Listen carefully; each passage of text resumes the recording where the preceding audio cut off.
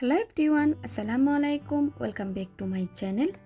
আজকের এপিসোডে আপনাদের সাথে বেসিক একটা ভ্যানিলা স্পঞ্জ কেকের রেসিপি শেয়ার করব। আর আজকের এই কেকটা আপনারা চাইলে 1.5 পাউন্ডের কেকের বেস হিসাবে ইউজ করতে পারেন। আশা করছি আজকের রেসিপিটা আপনাদের ভালো লাগবে। ভালো লাগলে প্লিজ আমার চ্যানেলটা সাবস্ক্রাইব করার জন্য অনুরোধ রইল। সাথে থাকা বেল আইকনটি ক্লিক করবেন। চলুন তাহলে রেসিপিটি দেখে নেওয়া যাক। কেকের বেসটা তৈরি করার জন্য প্রথমে আমাদের বড় সাইজের 3টা ডিম লাগবে। ডিমগুলো রুমের স্বাভাবিক তাপমাত্রায় থাকতে হবে। এবার কুসুম আর সাদা অংশটাকে আমি আলাদা করে নিচ্ছি। এবার দিয়ে দিলাম সাদা অংশে 1/2 চা চামচ পরিমাণ হোয়াইট ভিনিগার। অনেকে এটাকে সাদা সিরকো বলে থাকে। আপনাদের কাছে যদি হোয়াইট ভিনিগারটা না থাকে তাহলে আপনারা এখানে 1/2 চা চামচ পরিমাণ লেবুর রস দিয়ে দিতে পারেন। তারপরে দিয়ে দিচ্ছি 1/2 কাপ পরিমাণ চিনি।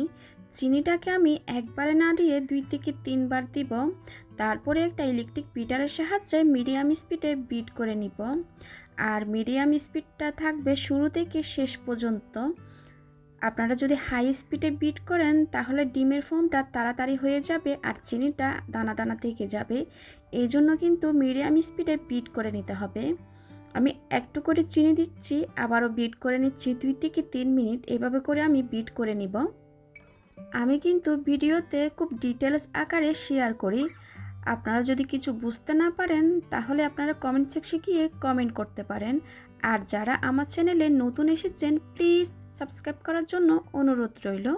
এবার সম্পূর্ণ চিনিটুকু দিয়ে আমি আবারও বিট করে নিব 2 থেকে 3 মিনিট বা চিনির দানাটা গলে যাওয়া পর্যন্ত।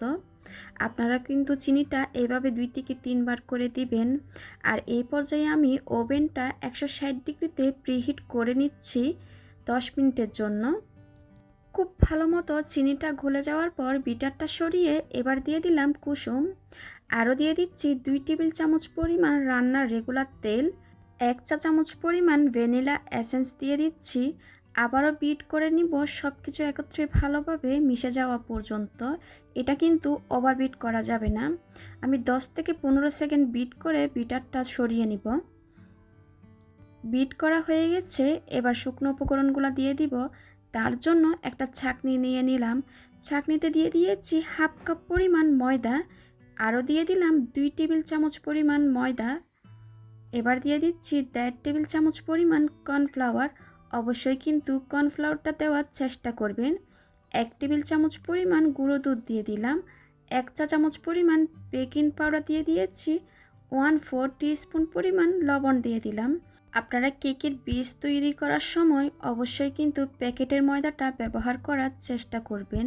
এটা কিন্তু আমি সব সময় সব ভিডিওতে বলে থাকি। এবার শুকনো উপকরণটা আমি খুব ভালো করে চেলে নিচ্ছি। অল্প পরিমাণ শুকনো উপকরণ চেলে দেওয়ার পর একটা হ্যান্ড হুইক্সের সাহায্যে আলতো হাতে ফোল্ড করে করে মিশাচ্ছি। আপনারা কিন্তু দেখে বুঝতে পারছেন আমি কিন্তু একদিক থেকে ঘুরিয়ে ঘুরিয়ে ফোল্ড করে করে মিশিয়ে নিচ্ছি। প্রথম ধাপে শুকনো উপকরণটা খুব ভালো মতো মিশে যাওয়ার পর আমি দ্বিতীয় ধাপে শুকনো উপকরণটা দিয়ে দিচ্ছি। আবারও আমি হ্যান্ড হুইক্সের সাহায্যে খুব আলতো হাতে ফোল্ড করে করে মিশাচ্ছি। এটা কিন্তু অবশ্যই তাড়াহুড়া করতে যাবেন না। তাড়াহুড়া করতে গেলে ডিমের ফোমটা বসে যাবে, তখন কেকের বেসটা কিন্তু একদমই ভালো হবে না। শুকনো উপকরণটা খুব ভালো মতো মিশিয়ে গেছে। আমি আপনাদেরকে একটু দেখিয়ে দিচ্ছি কীরকম হয়েছে। একটা স্প্যাচুলার সাহায্যে আমি আরেকটু মিশিয়ে নিচ্ছি, কোনো লাম্পস বা গুটি গুটি দানা আছে কিনা দেখে নিচ্ছি। ব্যাটারের ঘনত্ব কিন্তু এরকম হবে। এবার একটা 7 ইঞ্চ মোল্ডে সম্পূর্ণ ব্যাটারটা ঢেলে নিয়েছি।